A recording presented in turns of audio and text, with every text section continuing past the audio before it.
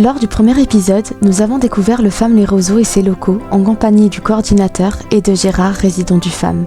Qu'est-ce qu'un FAM? Quelles activités y sont proposées? Nous allons voir ça tout de suite avec Kerdine. Je vous laisse vous présenter. Alors, je m'appelle Monsieur Benbetka Kerdine, je travaille au sein de l'établissement médicalisé Les Roseaux depuis 6 ans maintenant et j'occupe le poste d'éducateur spécialisé coordinateur. C'est quoi un FAM? Foyer ou établissement d'accueil médicalisé. On retrouve dans la terminologie deux thématiques importantes, effectivement le côté médical. On est habilité, quand je dis on est habilité, c'est-à-dire que la MDPH, donne aux résidents qui sont accueillis ici une espèce de certificat, ce qu'on appelle une notification FAM. On est habilité à recevoir des résidents adultes avec ce document qui présente des troubles somatiques, des troubles biologiques, des troubles médicaux. Ça peut être un suivi d'une maladie chronique, ça peut être un suivi d'une personne épileptique, ça peut être un suivi d'une personne qui souffre de troubles génétiques, ça peut être un suivi de personnes qui souffrent de troubles neurologiques ou de maladies neurodégénératives. Donc il y a tout un pôle et un staff médical, qui permet de faire la liaison effectivement avec aussi les médecins extérieurs, les hôpitaux, les cliniques. Donc voilà, l'aspect médical est certes important, mais foyer d'accueil médicalisé, il y a aussi le terme de foyer. Avant tout, on est un établissement de vie, on est un établissement qui permet aux résidents, de continuer à apprendre un certain nombre de choses en matière d'indépendance, en matière d'autonomie et en matière de compétences cognitives. Voilà, c'est un peu la spécificité de l'établissement, d'essayer de trouver le point d'équilibre entre l'aspect éducatif, puisque par exemple vous avez une chef de service éducative, en FAM on va appeler ça une chef de service de la vie sociale, et de l'autre côté vous avez aussi une cadre de santé qui supervise les soins. Le tout c'est de trouver le bon équilibre. Justement, je me demandais, c'est quoi la différence entre cadre de santé et cadre à la vie sociale? Alors, le cadre de la vie sociale, en l'occurrence Madame Rousseau, alors elle gère tout l'aspect éducatif, tout l'aspect hébergement, tout l'aspect compétences sociales pour le résident. Le cadre de santé, sa spécificité, c'est effectivement d'être responsable de tout ce qui est soins médicaux. À quoi ressemble une journée type pour les personnes accueillies? La journée type, elle commence quand les salariés arrivent, sur les horaires du matin, vers 7h du matin. Les réveils sont échelonnés. D'accord. Voilà. À partir de 7h, les salariés sont disponibles pour accueillir les premiers résidents qui sont déjà réveillés, qui souhaitent prendre leur douche ou prendre leur petit déjeuner. Alors, d'une manière générale, on va dire entre 7h et 10h, 10h30, sauf rendez-vous impératif ou activité impérative qui est prévue, c'est le temps de ce qu'on peut appeler le nursing. Ça veut dire que chaque résident est réveillé à son rythme, chaque résident est individuellement accompagné pour prendre sa douche, chaque résident est individuellement accompagné pour prendre son petit déjeuner, pour s'habiller, pour se raser, pour se maquiller, pour se parfumer.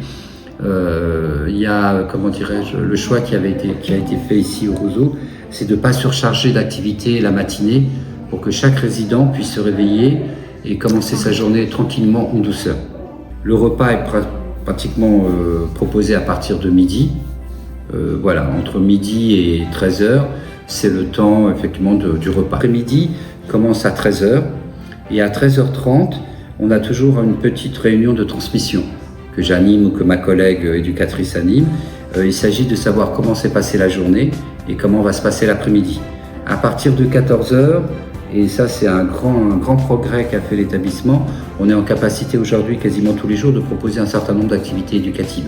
Le lundi après-midi, il y a un atelier sophrologie. Le mardi après-midi, il y a une activité théâtre et jeux de faire semblant. Le mercredi après-midi, il y a le sport adapté dont a parlé Monsieur Gérard Ducot. Le jeudi après-midi, j'anime moi un atelier cognitif l'après-midi.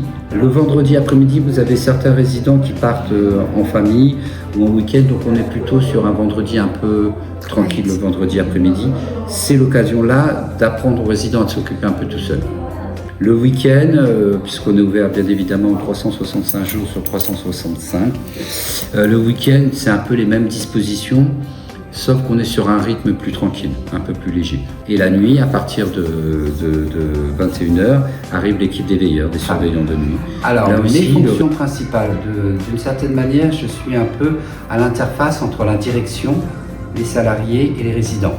Je m'assure que les résidents sont toujours traités avec dignité, avec respect. Après, j'ai la responsabilité de certaines activités, notamment l'activité cognitive. Cardine peut nous aider à monter des projets comme les projets personnalisés. Exactement. Voilà, moi, mon aide, c'est, faire en sorte que les salariés puissent construire un projet personnalisé d'accompagnement qui soit un projet personnalisé structurellement scientifique. Par exemple, les situations complexes ou les imprévus. Alors, les situations complexes, chez nous, elles sont principalement la conséquence soit d'une frustration importante, soit d'un manque d'attention particulier pour le résident, soit parce qu'il y a une déception qui est difficilement acceptable pour le résident. Quelques éléments sont fondamentalement et structurellement interdits. Le passage à l'acte, ça veut dire on peut être en colère, on peut être énervé, mais on ne frappe pas les autres. Parce que c'est interdit. Et pourquoi c'est interdit? Parce que déjà ça fait mal. Exactement. Donc voilà, le passage à l'acte contre un autre résident ou contre un salarié n'est pas toléré. Il ne faut pas violence ni dans les paroles, ni dans les gestes. Exactement. Voilà. Après, la question première, c'est comment on met en place un certain nombre d'outils pour prévenir, comment dirais-je, ce type de comportement inadapté. C'est principalement apprendre aux résidents quelle est la limite entre ce qui est licite et illicite, ce qui est possible de faire et ce qui n'est pas possible de faire.